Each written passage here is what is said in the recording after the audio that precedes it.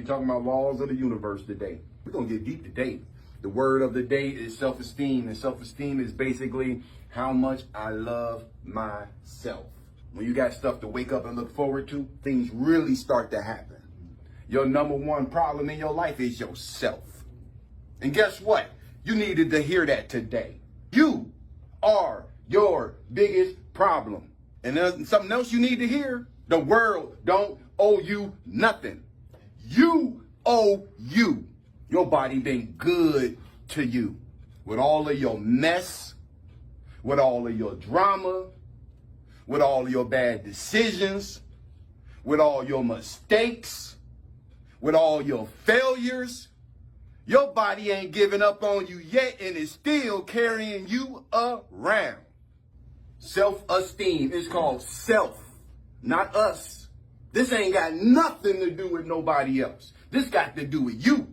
Saying of the day, how we think controls how we feel. How we feel controls our performance and our actions. How you think controls how you feel. So if you feel depressed right now, if you feel down right now, if you feel hurt right now, then it's your thinking that's causing it. See, because if I get in a car accident and get whiplash and my neck is hurting and my shoulders are hurting, it's because the accident caused it. I know where to go. I know where to point out the source. But when this is hurting and this is hurting, you the cause. It ain't the world. It's called self-esteem, not us-esteem. It ain't got nothing to do with other people, man. You loving you ain't got nothing to do with other people, and you owe you. You owe you. Wake up in your right mind. Wake up with good health. How we think controls how we feel. You want to change how you feel, change how you thinking. You want to feel better, think better. How we think controls how we feel. And the reason why that's so important, how you feel, because how you feel is going to control how you perform and your actions. How you think, if you're thinking poorly, your actions and your performance is going to be poor. You going to a job interview saying to yourself, I'm not going to get the job. Guess what? You probably won't. This talk is for educational purposes only and is not a substitute for professional advice. If you or someone you know needs help, please reach out to a mental health therapist. You ain't never had the laws of the universe broken down to you before. You won't be able to say that after today. The first one is the law of life. The law of life says that everything must serve a purpose or risk being taken out. The law of life says that you have to serve a purpose or risk getting taken out. Everything has to serve a purpose. But it's Jesus in the fig tree. Y'all remember that? Yes, he cursed it. Before he cursed it, he looked at it, didn't he? In the distance. Yes. And it looked good. Yes. He was hungry. Yes. And he saw the tree in the distance and it was full and lush. It looked good, but it didn't have nothing to offer. You know how disappointing that had to be? To be hungry and you look like you're going to be able to satisfy me. When I get close to you and I get up on you, you don't have nothing to offer other than looking good. So then he touched the tree and cursed it. Because it says the law of life says that everything must serve a purpose or risk being taken out. Get into a car accident and injure yourself and you can't walk and you don't use your legs for 4 or 5 years. You're going to lose them. You lay in a bed for 3 or 4 or 5 years and you're going to lose your muscle. You don't use it, you lose it. Also, the law of cause and effect. The law of cause and effect says for every situation, there is a cause. If we don't like the effects of our lives, we have to identify the causes. Once we identify the causes, we have to change them. You got to figure out whatever the effect is in your life that you don't like, what caused it. And when you figure out what caused it, change it. Because to keep doing something and expecting something different is insanity. You have to change to grow. The law of control. The law of control says we feel good about ourselves to the exact degree to which we feel in control of our lives. So the less control you have of your life, the less your self-esteem is going to be. Person goes into the hospital and they're in the hospital. You ever been in the hospital for a while? Don't you start getting depressed? Longer you in there, the more you get depressed. You want to know why you getting depressed? Because you don't have no control over your life. Be dependent on somebody to give you money when you need money. And watch your self-esteem go down. Be dependent on somebody to drive you around every time you got to go somewhere. Your self-esteem is going to go down.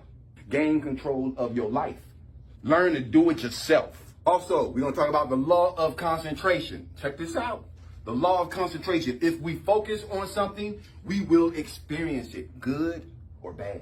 The law of belief says whatever we believe with feeling, all right? Whatever we believe with feeling, whatever is in our heart becomes our reality. Your beliefs control your realities. The world don't control your reality. Your belief of what the world says controls your reality. Because if Steve Jobs would have believed that, we wouldn't have cell phones and many computers in our pocket. We would still be ordering big computers on the table. Remember that? Yes. I paid for it for my. Remember that? All that stuff you had to have a modem, had to have a printer, you had cords coming out, everything. And they were very expensive. Very expensive. $3,500. Now you got more than that in your pocket. The law of expectancy says that we become what we think about. What you get is not necessarily what you want in life, but what you expect in life. What you expect to happen is what's going to happen. So if you expect drama and problems, guess what you're going to get? The law of attraction says that we are human magnets who attract into our lives the people and circumstances that harmonize with our dominant thoughts. The theory that the energy of our thoughts, positive or negative, we back to that, ain't we? Yeah, the theory that the energy of our thoughts, positive or negative, attracts experiences of the same energy to come into our lives. Like somebody got a nephew in Chicago, in gangs, fighting, shooting, probably gonna end up going to prison or jail. Auntie say, you know what I'm gonna do? I'm gonna send you to Ohio. I'm gonna send you to Ohio to be with your uncle. Your uncle a police officer. I'm gonna send you right to Ohio because you need some discipline. She sent him right to Ohio. And guess what? In less than 6 months in Youngstown, Ohio, guess what he finds? Gangs, guns, drugs, and violence, and gets killed in Ohio. We are human magnets. It ain't got nothing to do with your environment. You can relocate and find the same stuff that you was running from if you don't change yourself. Wherever you go, take yourself with you. That's a good one. Wherever you go, you take yourself with you. Like attracts like. You ever heard that? It's true. You ever heard birds of a feather flock together? It's true. The psychology of becoming says that every human being, we talked about this last week if y'all remember. The psychology of becoming says that every human being is in a continual state of becoming. We're always evolving into something. No one stays the same. Nobody. You either going to evolve into something good or something worse. But you're going to always be evolving. You're evolving right now. No one stays the same. We are all changing in the direction of our dominant thoughts and our dominant goals. Becoming is open and unlimited. Becoming is, catch this for a minute, y'all, because I'm going to say something after this that's going to blow your mind. Becoming is open and unlimited. Remember that. Being is structured and limiting. So as long as if we follow this and if we believe this, you know what this is saying? This is saying that as a human being, you're going to always be becoming something, evolving into something. You can't be a being. You can't say I've already arrived as long as you're still a human being. You can't, because as long as if you're 85 years old, you should still be becoming. If you're 85 years old, there's still something to learn. In other words, in order to be being where I don't have to grow anymore, you have to be God. God is the Omega, the beginning and the end. That's the only one who don't have to grow no more. That's the only thing that's not evolving. It's in place, and you can't get no higher than it. But a human being is becoming, and you ain't gonna be a being until you after in transition out of this life. So long as you breathing, no matter what your age, as long as you on this earth and you breathing, you should be learning. You should be becoming. Psychology of becoming says that every human being is in a continual state of becoming. No one stays the same. We are all changing in the direction of our dominant thoughts and goals. Becoming is open and unlimited. Being is structured and limiting. Becoming is a process open to questions and learning, always receptive to new meaning. Thus, we are always becoming. The law of subconscious activity. That's the subconscious that we're going to talk about right now. Because you got your conscious activity, which is right out here, your thinking, and then it's the subconscious activity. That's just your thinking and you don't really notice it.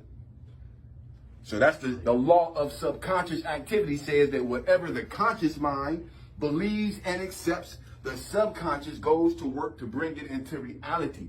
It is not what we are that holds us back, but it is what we think we are not that holds us back. When we dwell on the reward, we move toward the reward. And when we dwell on the penalty or the problem, we move toward the penalty and the problem. Any idea or thought that you accept as true in your conscious mind will be accepted without question in your subconscious mind. The law of familiarity, that's a trap. And we all susceptible to that trap. The law of familiarity, because you know what it says about us as human beings? It says that we're fickle. It says that we're superficial human beings. Because it says all of us, once we get used to something, we begin to take it for granted. Because we got it and it's consistent in our lives and we don't have to question it, we begin to take it for granted. That's what the law of familiarity says, and that is a trap. Because you can be married for 10 or 15 years and you so familiar with your partner or your spouse that you begin to take them for granted. And you say to yourself, you know what, I need me some excitement because this is boring. But it's not boring. It's stable. And you're bored with the stableness of it. I need some excitement. Until you get caught. Now you don't have nothing. The law of familiarity. And once you break up with her and once she leaves you, you're going to miss them cooked meals. You're going to miss the back rubs. You're going to miss the good sex that you thought was boring. Clean clothes. All of that.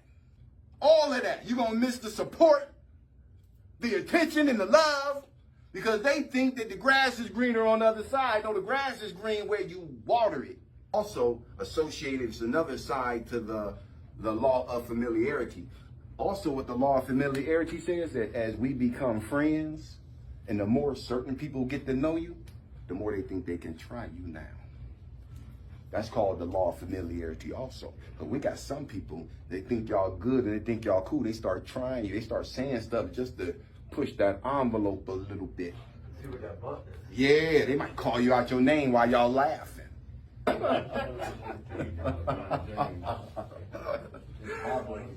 Right, you know. All right, so the law of substitution is the next one, and we're gonna be finishing up. The law of substitution. The law of substitution says that the conscious mind can only hold one thought at a time. The law of substitution is intentionally substituting a positive thought for a negative thought. So whenever a negative thought pops into your mind, you substitute that negative thought with a positive thought. That's all we're saying. Once a negative thought, because you're in control. You are in control. Anytime you want. So if you think, if a negative thought keeps popping into your head, then you allow it to. You are allowing it to. Because don't nobody control your brain but you. So either you're going to sit there and entertain that negativity, or you're going to switch it out so you don't feel bad later, or angry later, or depressed or down later. Which one do you want? That's the question. Whatever you got to think about to not think about something negative, you need to do it. So the law of substitution, the conscious mind can only hold one thought at a time. The law of substitution is intentionally substituting a positive thought for a negative one. The law of balance. The law of balance says the energy that we send out always comes back to us, good or bad. Y'all hear that again? The energy that you send out is like a boomerang. It's coming back to you, good or bad, even if you thought you got away with it. Karma, even if nobody was around, that boomerang coming back. Even if you don't remember what it was, that boomerang coming back, you send that energy out and it's coming back to you. If it's good energy, you got energy that's good coming back. And if it's negative energy, you got negative energy coming back. That's the law of balance. A fear of success is associated with low self-esteem. A fear of success is having a self-defeatist attitude and personality, especially towards positive things. So if you got family and friends that every time something good happens into your life, they want to point out the negativity, they got a fear of success. And it's going to rub off on you. Those are the people who come around and they got a sad story all the time. And they want you to stroke their ego. Or they want you to co-sign their BS. And so you sit there listening the whole time and you got about 4 solutions. You just waiting for an opportunity to drop it on them. So they get through with the sad story. Hey, you know what you can do? You can go to the one place and do blah, and you, I ain't got a car. I can't go there. Okay, well, there's another place. They pick you up. And you, well, I don't have no ID, so I can't go do. They're going to come with a reason why they can't feel better or they can't get out of that situation because they have a self-defeatist attitude. And they nurturing it. A fear of success. Also, fear of taking risks. A person with a guilty personality has a fear of taking risks or stepping outside of his or her comfort zones. Also, what I want to talk about is homeostasis. I don't know if y'all ever heard that definition before, but homeostasis is a desire to keep things exactly the way they are. It's a fear of change. A person doesn't want to change. They got homeostasis. They want everything to stay exactly the way it is. Comfortable in their own little bubble. Scared to change. That's exactly what it says too. Yep. A fear of change. Mm-hmm. Mm-hmm.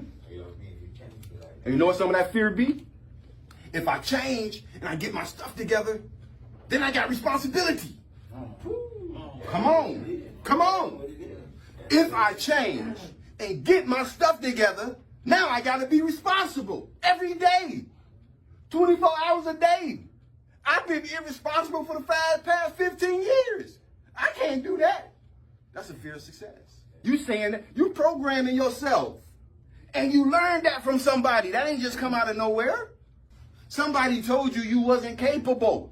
Psychosclerosis. Psychosclerosis is a hardening of your attitude. A person who's stuck in their ways and they inflexible.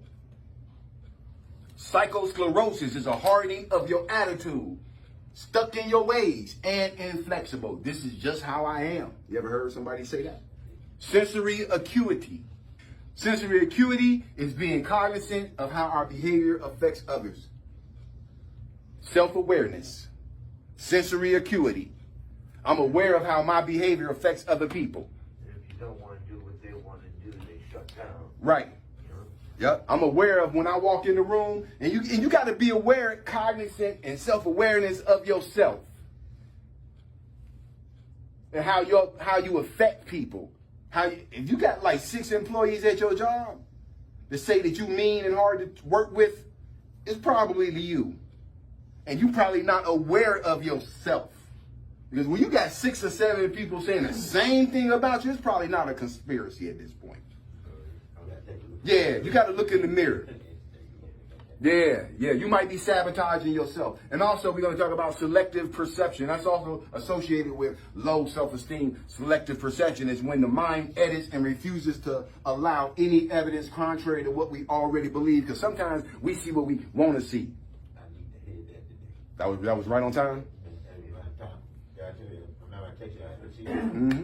But I was stressing about family and all that. They said about the same thing you were telling me. Mm-hmm. Right there, what you saying? She was telling me the same thing, but in a different way. When I came in, I was like, man, it's confirmation to what she was saying. Yeah. You know, but I've been in the hospital twice because I was so stressed about what everybody else was doing, and Mm-hmm. I put myself in, giving myself to them. You know, so. And that was affecting your health. It affected my health. Mm. It affected my health.